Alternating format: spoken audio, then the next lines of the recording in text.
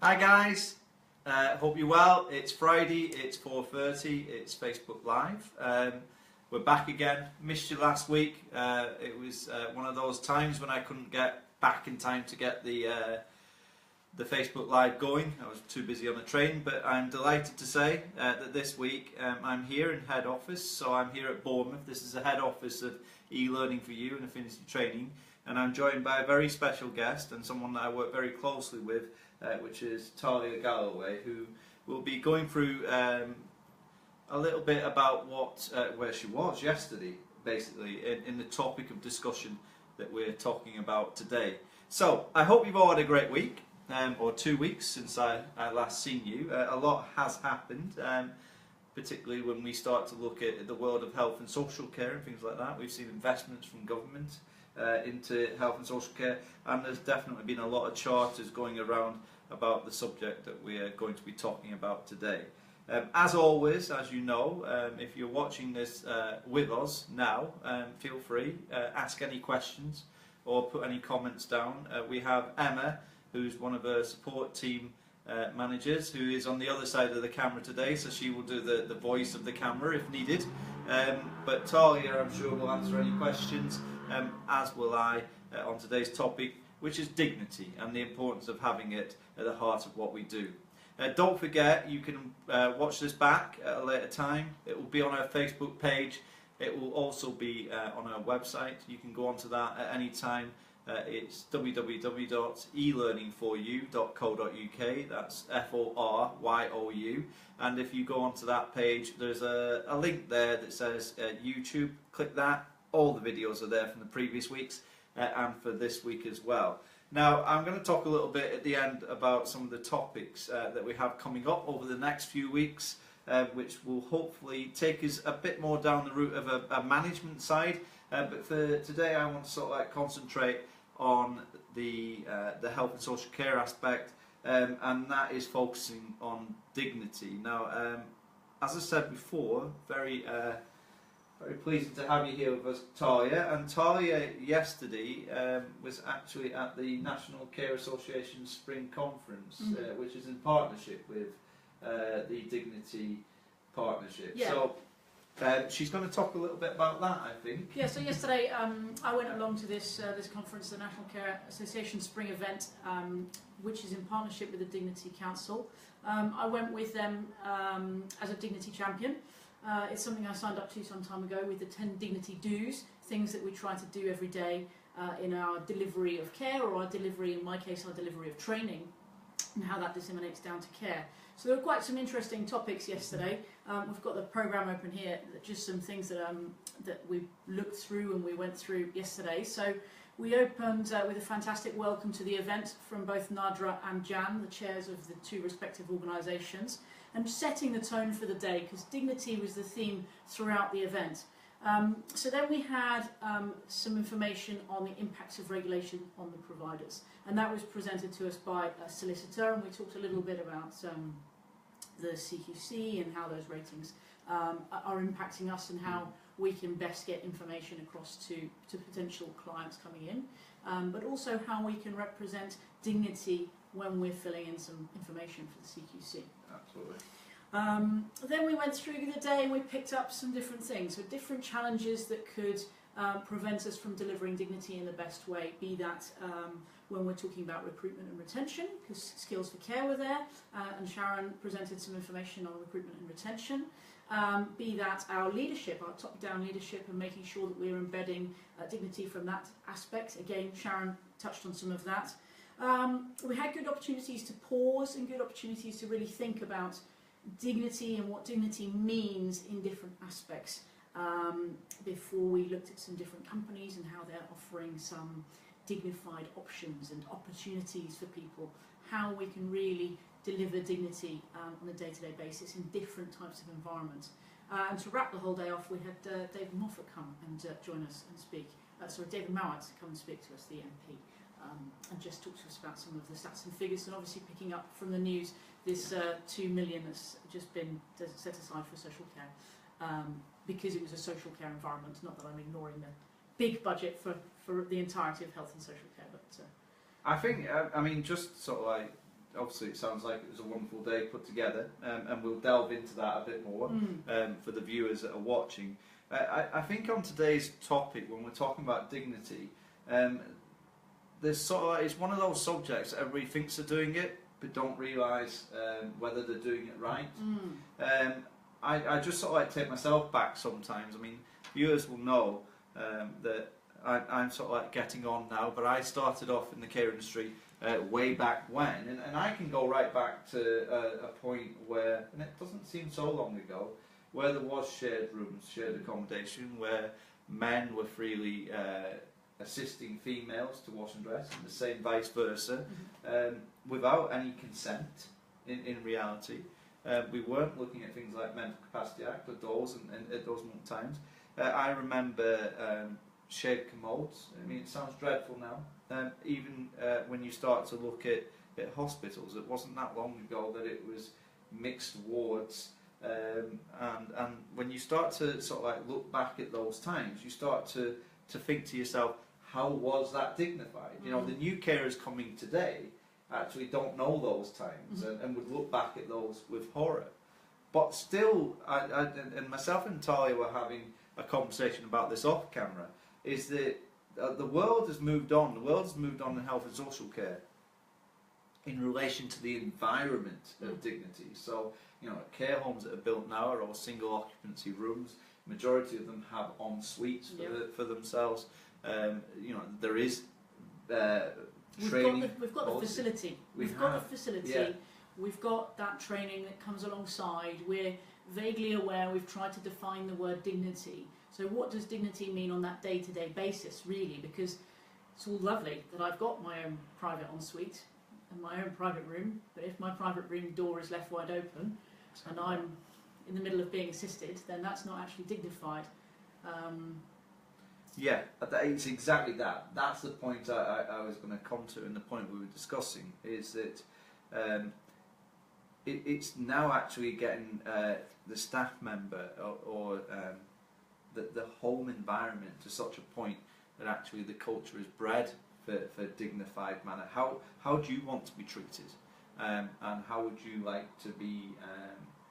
How would you like your life to be? It is, or if care was to be received to you, you've got to put that into the perspective of what that other person is wanting. So you're right, bedroom doors being left open or not reacting to situations fast. And it all comes down to that wonderful word which we use, which is person-centred care, because dignity to me could be something that's completely different to you. It depends on which way we look at that. And often it's a case where you can say where something is without dignity, but it's not easy to put a nice bow on, well, that is dignity. So we can say the door being open, that's not dignity, that's not dignified, that's not right. We can say, you know, talking through you or talking over your head whilst delivering care to my other assistants. That's not dignified, that's not delivering dignity. But we don't necessarily pick up on the time where I am communicating with my service user, with my resident, with my patient, with my client, whichever wording we're using, with that individual in front of me. We don't do well sometimes at picking up that that's what we're doing and that we're doing that right. I think there was a lot yesterday with people trying to say, you know, often we get branded in the media as not doing it right because we have the panoramas and they're exposing really important pieces of information, but that isn't the majority of social care. And actually there is lots of dignity, but we need to identify where that might be, as well as thinking about how I can make sure that I'm the one who's delivering that, and I get an opportunity to deliver that as the carer, as the receptionist, as the caterer, whatever job I might have in that environment. How can I improve the dignity for that person in front of me? And that, I mean, in terms of when we're looking at new staff members coming into the industry, I mean, this is quite interesting. Earlier in the week, I actually had 4 staff members who had never worked in care who were setting out for the first time, and I had them in a room, and literally I had about half an hour with them. I had spare time, and we were talking about the care industry in a whole, and I was very much emphasising on the point of dignity, that the job of them is to ensure that the quality of life of the people that they care for is at the highest it can possibly be, and the most suitable for that person is what they want.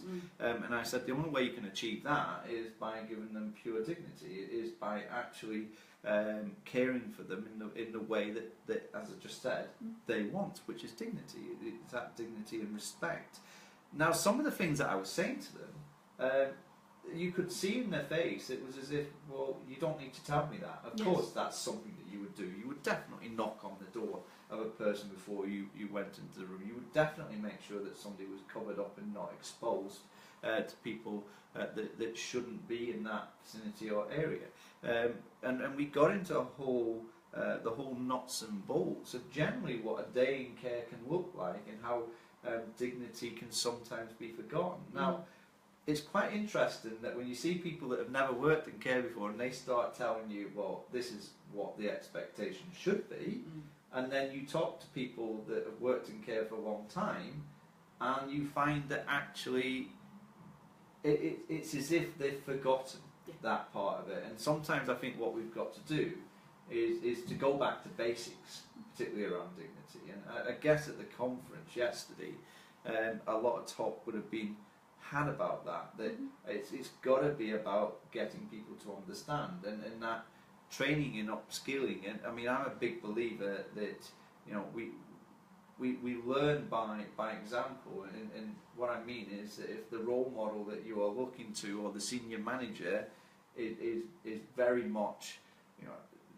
dignity is at the heart of what they do. It's in the policies and procedures, it's in the vision, it's in the way that they quality assure. Then you will find that right down the pecking order, everybody starts to do that as well. Definitely. And that, to me, it's where you start, because it's a big part in all our lives. I mean, yourself, dignity would be a big part to your life. Absolutely. Really. I often, sometimes people come to me with the question, how do I know that this place is right for my family member? And I say, just go and spend time in that environment, and you will quickly identify whether that feels like the right place, because it is personalised, and you will pick up on, are they treating other people with the respect, with the kindness, with the caring style that I would want for my family member, or for myself if I'm looking for myself, or for my younger family member, whoever it might be. But spend time in that environment in order to make that informed decision. You're not going to necessarily read about that in a CQC report. That doesn't tell me. The CQC report is from one's day, not from... Interestingly, just picking up on that point though, I mean, even when we look at the key lines of inquiry, dignity is something that they're very much looking into, bolting onto those key lines of inquiry to start inspecting about it. How are you leading an establishment in a dignified way? But we'll come back to that in a second. I mean, Thalia, you touched upon a very poignant area there, and that is that when we talk to staff, or when I go and talk to staff myself about dignity, what I tend to find is they start to become a bit confused over the word, because it's just being used all the time, and they start to go, they start to talk about privacy and respect and individuality and rights and choice, and then they start to say, oh no, that's something different, and equality and diversity. And I say, actually no, you are right. It's all of that. So dignity is not one little topic, it's everything that involves it. And I had a really great activity yesterday that Jan ran, from the chairperson from the Dignity Council, and she ran this activity called, let's see the title here, Baking a Dignity Cake was the title of the activity, and I was already overexcited, and then I saw her preparing props. So we were placed into small groups, and we were asked to make a dignity cake, and that was pretty much the only direction we had. It needs to be 2 tiers, and it needs to show off what you see as a dignity cake. And some people took that as, we're going to work 2D, and we're going to put in lots of words and put some circles together of the things that build, and maybe make it like a chain, the things that build and make it a dignified experience. So we're using words like equality, like kindness, like caring, like treating as I would hope that I would be treated, valuing differences, etc., etc. My lot, we went, none of us are good at craft. let's make something that's 3D. And so we had that, and it was topped with candles with the symbolism of the fact that we're alight, we're reaching our potential, we are living exactly how I would hope that I can live, bearing in mind that I might need support in that environment. So really thinking about the love and the sharing and compassion for the individuals that we're supporting. And it was such a fab activity, and I kind of hope that everybody in the room engaged as much as I did, or my group did. I could see my group, they were loving it as well. Lots of dignity champions in my group. And everybody was really engaged with it. And I looked across the room and I looked at the resulting products. I've got lots of photos of those, and they all seem to be really, really engaged with that activity. And that theme to come out at that point was really, really important, and to think about those words and how they can impact, definitely. Well, I mean, in terms of that, you can see that there's lots of different ideas that you can take from this. I'm sure there was many other things that was happening at conference yesterday. For the viewers, I mean, if you want to send us a message, either a direct message or leave a comment, as I said, Thalia will be more than happy, I'm sure, to give you some responses, some ideas. But just on the point of Dignity Champions, I mean, Dignity Champions is something that they've been around for a good few years now. Absolutely. And I do go into many care homes, and I see on the wall there's a picture of a person that says, I am the Dignity Champion, which is a wonderful thing to have. But the one thing that I always sort of like try and strive towards is, well, what does that mean? Yes. What does that person do? Because just because we've got a picture on the wall, are they a 24-hour representative? Are Absolutely. they actually part of the care planning process? Are they doing workshops and inductions with new staff members?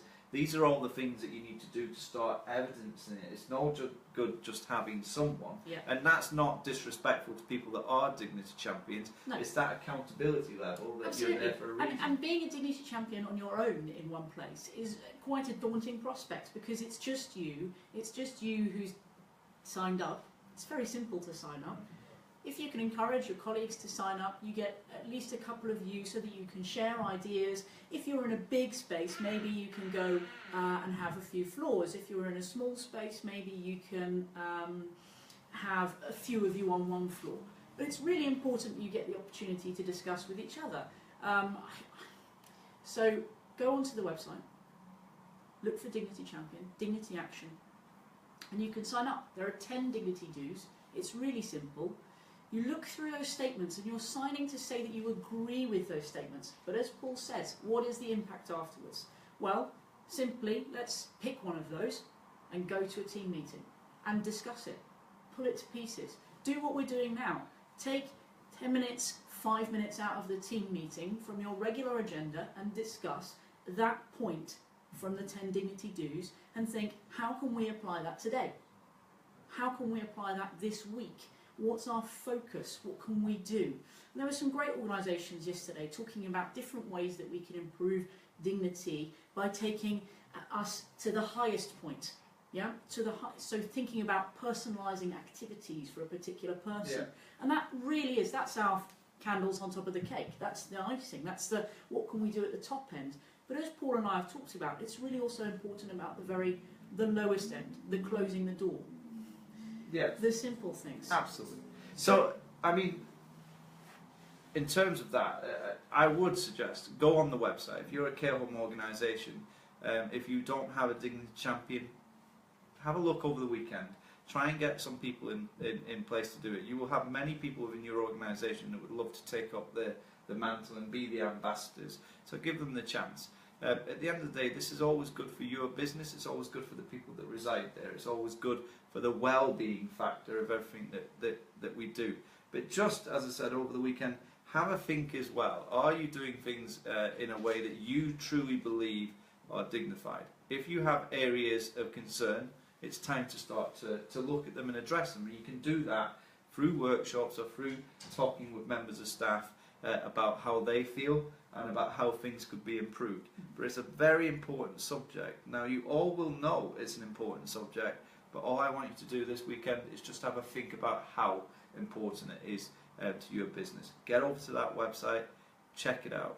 In terms of training, there's many different types of training out there. in terms of dignity. We offer some ourselves, so you can always come over to our website and have a look. I mentioned it before, www.elearningforyou.co.uk. You'll be able to have a look from there. I'm looking at the clock, it is past a 20-minute mark, I believe, and I don't like to keep you for too long as you approach the weekend. I want to thank Thalia for coming in. Excellent that she was at the conference yesterday. Excellent that she can give us a bit of insight into that. I never introduced who Thalia actually is within the organisation. I think I just said that we work closely together. Thalia is actually one of her, she is our lead e-learning developer, so content subject matter experts. You work with them all, and you are yourself. So as I said, please feel free, ask Thalia any questions. She'll come back to you. She may be able to offer you some good tips and advice that may work for your business internally, or even your staff morale, because it's not just about the person you care for, it's about the people you employ as well. Absolutely, the values and so on of the staff team we're working with, really important. I'll put the URL for that website that I'm suggesting, the 10 Dignity Do's. I'll put that in the comments so that people can pick that up. But just always thinking about, when we've been at an event like I was at yesterday, what are your personal actions from that event? So if you've come together in a meeting and discussed the 10 Dignity Do's, what are you doing about it after the meeting? What am I doing after this conference? Well, so far I'm sharing it with Facebook Live, and I've got lots more dissemination of information to do with the rest of our team as well. Brilliant. Okay, guys, next week I'm going to be back. We're going to be looking a little bit at management and business organisation next week. So I'm going to be concentrating on the Pareto rule, which is basically the 20%, 80% split. To me, in business, it has always been my most valuable tool to actually look at the different areas. You know, it's the golden rule that 20% of your business will be the ones that cost you the most problems, or 20% of your business will be the ones that bring in the most money to your business. So it's important that we start to focus on that. So if you're a manager or you're someone aspiring to get there, please tune in next week at 4:30. Even if you are a member of staff, a care staff member, it still works at every angle, because even in life that rule does apply and it works very well. So please tune in then. At 4:30 next Friday. After that, we'll be looking at the key lines of inquiry with CQC. That's coming the following week, and then we've got a number of other subjects to come after that. It's good to be back. Missed you all last week. I'll see you all next week. Have a great weekend. Goodbye.